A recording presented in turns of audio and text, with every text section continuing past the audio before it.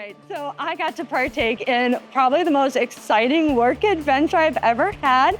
Myself and my husband, Ryan, we rented a whole RV mobile home to drive cross country to Minnesota to get Gary. And what a trip it was. I will say it was a lot of driving, a lot of listening to music, but when we got there to the Wild and Free Wildlife Rehabilitation Program, we got to meet with Grace Frickenstein and hear a little bit more about Gary's story. He was first born, he was just a little baby pup, and he was found with his mother and a couple other pups on a local lake in Minnesota around Garrison, which is where he got his name from, Garrison, Minnesota.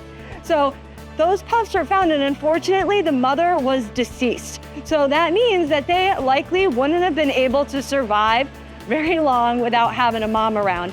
So in Gary's circumstance, he was raised by people, which means he loves people. When I say that he is a puppy, he is very much imprinted on humans as his caretaker. He didn't have siblings to have that social learning. He didn't have a mom to teach him to be afraid of people. And so Gary couldn't be released out into the wild. As cute and cuddly as he looks, these guys are known as wolves of the river. Once we got back to the Wild Center with Gary, it was a bit of a process to get him acclimated to the space. He first entered our quarantine area where he stayed for 30 days to make sure he was free and clear of anything gross that he could introduce to our other otters. At that time, we were doing our best to keep him entertained, but he was so eager and excited to make it back to the holding area once that month was up. From there, we started working on introducing him to that space, rotating him through the play yard, all the behind the scenes areas, and then we had Gary's very first day on exhibit.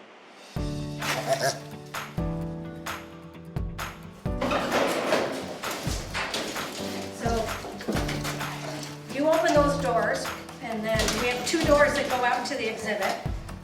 Yeah, he went out into the play yard very quickly, so I'm hoping he'll go through this tunnel.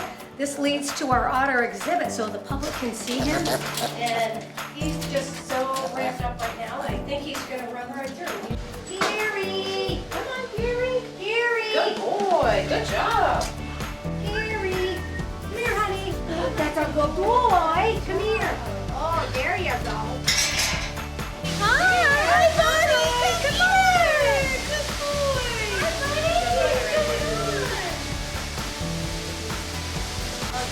Hi, buddy! Hi! Hi! All right. Did he go in the water yet? Not yet. Come on, dear! Come on, buddy! There's a plate. Put it up there. Oh, put it up there. Come here, come over here. Come here, dear. He just filled out. Yeah, He just filled out a lot. oh, he's getting double his Looks like a diet. baby when we first. This is where, when we introduce you to other otters, he will follow them, you know? So if we had other otters in here with right now, I bet he'd go in the water. There's food up there. There's food up there. Go up onto the stove. Get some food. It's up there. Oh, stuck his nose in. No, he thought about There's it. food up there. Just go get the food. Come here. Come and see me. Come here. Oh, come on. You can do it. Come on. You can do it. Good boy. You're almost there. You're almost there. Come on. You got it. You got it. Now that Gary has made his official debut on exhibit, we are working on introducing him to the other otters. Now remember, river otters are not communal in nature out in the wild. They tend to be solitary, but in human care, things can be a little different. So at this point, we are so excited to have Gary join us at the Wild Center. The future for him right now entails making new otter friends slowly, but surely with the rest of our group, Scarlet, Dawine, and Los Nole.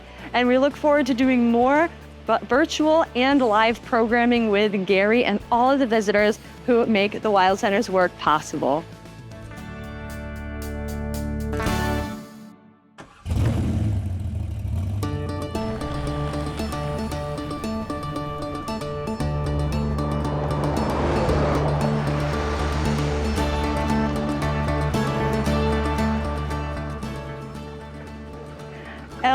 Elwood is our newest resident on the pond here in the exhibit hall. So he is a male wood duck. He's got that beautiful coloration that is so classic of that species. And he is also under a year old at this point.